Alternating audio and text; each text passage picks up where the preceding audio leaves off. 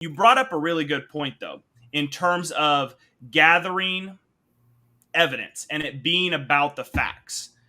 It's really, really hard for anybody in family court to separate emotion from facts.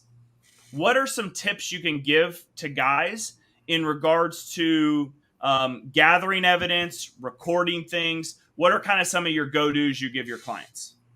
I mean, what I always, I believe in entering a lot of exhibits into a trial. So I tell my clients always to take photographs of their home, photographs of their children, activities they're doing with their children, activities that they have their children do with other children. And I present those pictures to try to paint a picture for the court of what life is like in dad's home, or, regardless, I don't just represent dads, but it's very important that the judge sees those pictures and sees how happy the children are.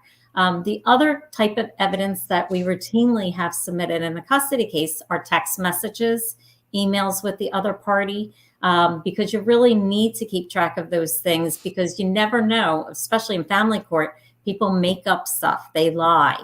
And having the text message or the email to back things up is critical in a trial.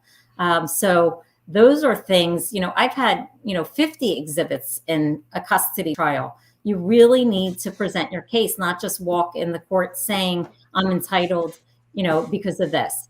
Other records that you get are doctor's appointments. The court's looking to see who is the person that's engaged with the child going to the child's appointments. So you bring in the doctor's records. It will show who was at the appointment, who was engaged. You may want to bring in a teacher. You may want to bring in other parents to testify that you're the person that goes to the activities, because it's all about who's involved with the children and what's in their best interest. So the more engaged you are in your children's lives, the more evidence you're going to have. So I bring it all in. Yeah, I think my clients probably get annoyed. I'm a big fan of bring me the family photos. Let's enter the family photos in. And let's make the judge make a decision when they have your kids with you, smiling, looking at you, having fun, going to Disney, whatever it may be. And then a lot of dads, I see this. I was sitting in court last week, and a dad may have had a really good case, but all he was doing was talking. He didn't bring any evidence to back this up.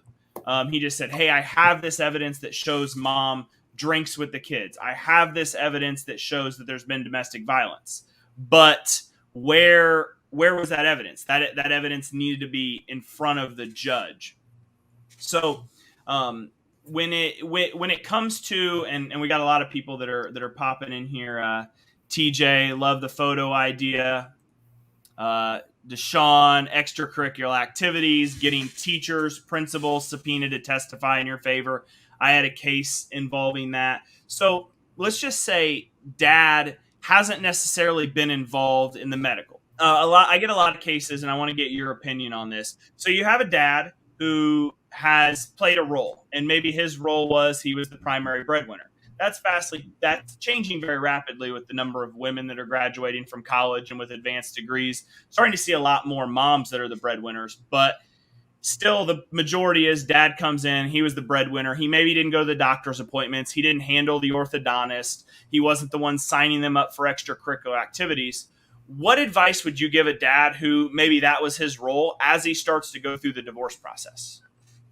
Well, as he's going through the divorce process, everybody's circumstances change because you're now in separate homes. So it would be the same thing. It doesn't matter what the past was. The court, by the time you get to court, you've got a good year to build up a new pattern.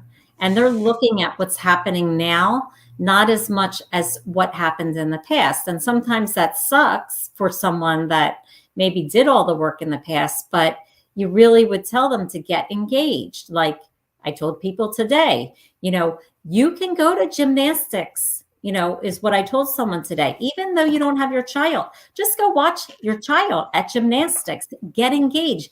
You care. You have contact with her. It doesn't matter if you don't have custody. You can show up for events that your children are scheduled for, even when it's not your time. There's nothing to prevent you, unless there's a protection from abuse, to be fully engaged with your children. to email the teachers, hey, how's my child doing in school? There's a lot of things you could do to show that you're actively involved in your children's lives, even if they're not with you. Sending your children letters, presents, remembering their birthday, anything. Like, I really like that you can do video now.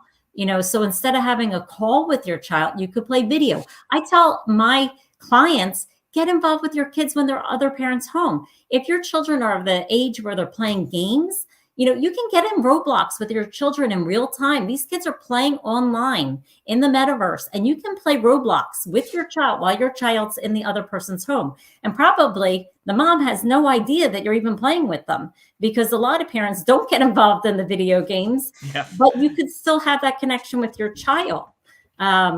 Because they're having connections with a lot of people in the metaverse, like either Fortnite or Roblox. And it's really a good way to connect with your child. So I tell them, like, do as much as you can to be involved in their life, even if you're not with them at that moment.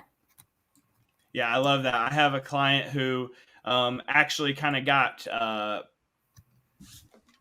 reunited with their child and built a relationship by playing Fortnite.